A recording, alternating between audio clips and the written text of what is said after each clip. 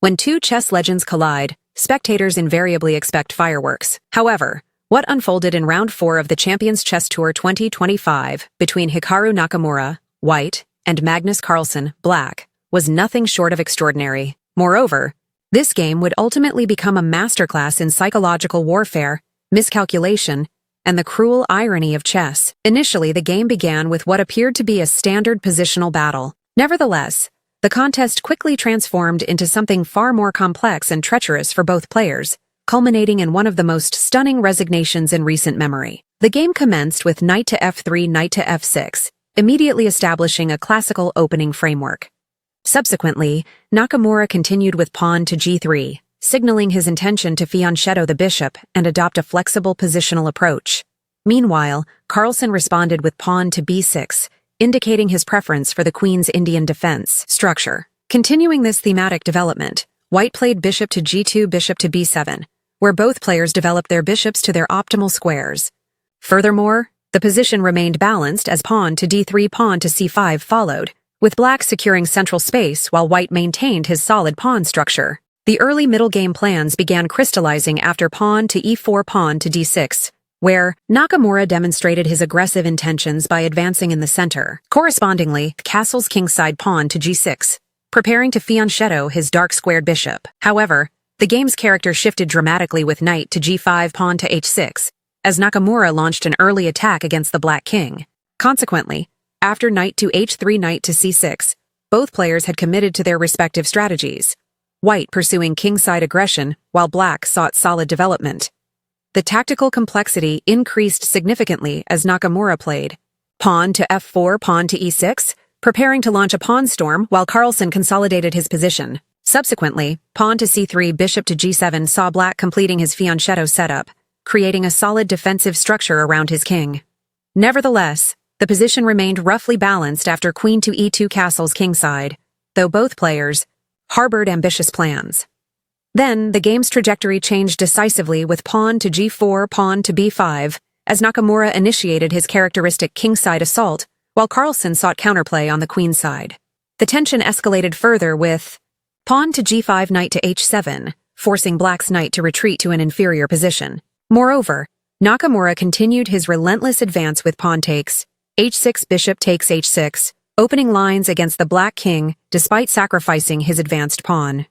The critical moment arrived with queen to g4, pawn to b4, where white's queen entered the attack while black accelerated his queenside counterplay. Consequently, queen to g3, pawn takes c3 saw Carlsen striking at white's pawn structure, creating immediate threats against the queenside. Following pawn takes c3, bishop to a6, the position became increasingly sharp as both players maneuvered their pieces for maximum effect. Subsequently, Nakamura continued with knight to d2, queen to a5, where Carlsen's queen entered the game actively, targeting white's exposed pawns. The tactical skirmish intensified with bishop to b2, queen to b5, as black's queen found an optimal square from which to coordinate with the other pieces. Meanwhile, knight to c4, knight to a5 saw Carlsen rerouting his knight toward the action, preparing to eliminate white's active pieces. However, the position exploded into tactical chaos after knight takes a5, queen takes b2. Furthermore, pawn to c4, pawn to e5 demonstrated black's attempt to open the center and create counterplay against white's exposed king position. The complications reached fever pitch with pawn to f5, queen to d2, as Nakamura pushed forward aggressively while Carlsen's queen dominated the center. Then, pawn takes g6, pawn takes g6 opened the g-file completely, exposing both kings to potential attacks. Nakamura played queen takes g6 plus king to h8, launching a direct assault on the black king. Consequently, knight to b3, queen to e3 check saw Carlsen striking back with his own threats, forcing white's king to seek safety. After king to h1, rook to g8, the position became incredibly sharp as both players' pieces converged on the enemy king. Subsequently, queen to h5 maintained white's attacking chances, but then came the shocking turn of events. Magnus Carlsen played the stunning rook takes g2, a move that initially appears to be a brilliant sacrificial attack. Indeed, after the forced king takes g2, black continued with rook to g8 check, driving the white king further into danger. The sequence continued with king to h1, bishop to c8, where Carlsen brought his final piece into the attack.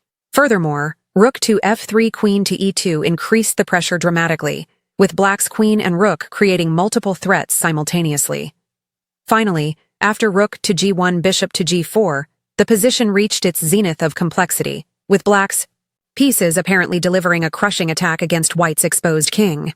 At this moment, facing what appeared to be an overwhelming attack, Hikaru Nakamura made the fateful decision to resign. However, this resignation would prove to be one of the most shocking blunders in recent chess history, as subsequent analysis revealed that white actually had a forced winning line.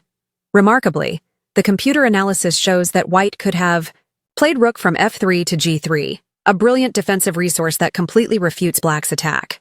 Specifically, this move creates the devastating threat of checkmate on g8, which black cannot adequately defend against. The critical variation demonstrates white's winning chances after the hypothetical rook from f3 to g3. If black responds with bishop takes the queen, then white delivers checkmate with rook takes g8 checkmate, a stunning conclusion that neither player calculated during the game. Alternatively, if Carlsen had tried queen to f3 check, white would simply play rook takes the queen, bishop takes the queen, reaching an endgame where white's extra exchange, rook for bishop, ensures victory. What makes this resignation particularly fascinating is the psychological element involved. Carlsen himself admitted after the game that he immediately recognized white's winning continuation after sacrificing his rook. Ironically, this suggests that Magnus was essentially bluffing, hoping that Nakamura wouldn't find the defensive resources under time pressure. Furthermore, Hikaru's decision to resign without extensive calculation demonstrates how even world-class players can succumb to visual and psychological pressure. Indeed, the dramatic nature of black's attack, combined with time constraints and his opponent's reputation, likely influenced Nakamura's judgment more than pure analytical calculation. This remarkable game serves as a powerful reminder that chess, even at the highest level, remains fundamentally a human endeavor fraught with potential errors.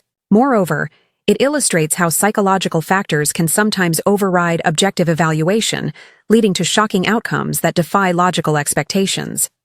Additionally, the encounter highlights the critical importance of maintaining analytical composure under extreme pressure.